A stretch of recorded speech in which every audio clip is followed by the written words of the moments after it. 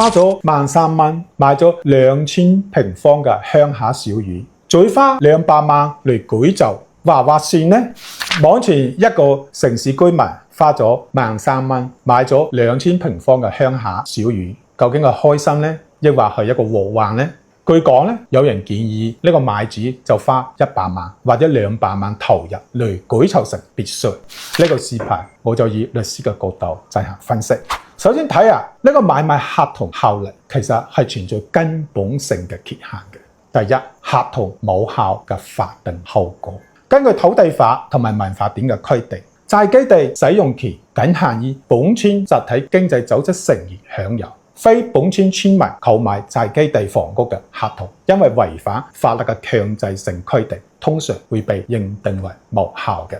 例如，最高人民法院喺其判例中明確，非本村成員簽訂嘅房屋買賣合同無效。基於呢個合同簽訂嘅拆遷補償協議亦都係無效嘅。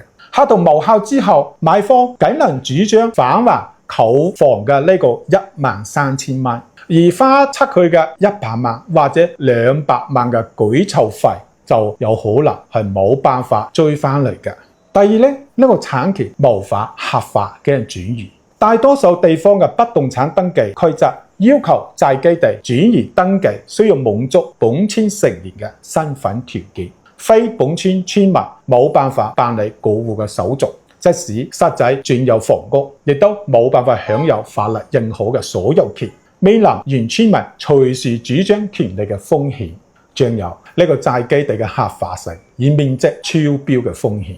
宅基地來源合法性係存疑嘅，農村宅基地需要經合法嘅審批程序嚟取得。如果賣方未取得宅基地使用權證，或者存在一戶多宅嘅情形，可能會導致交易標的嘅本身不合法。例如，大多數地方規定宅基地嘅面積上限係150方，而用戶購買係2000平方小院，遠超過呢個標準，可能涉及違法佔地嘅問題。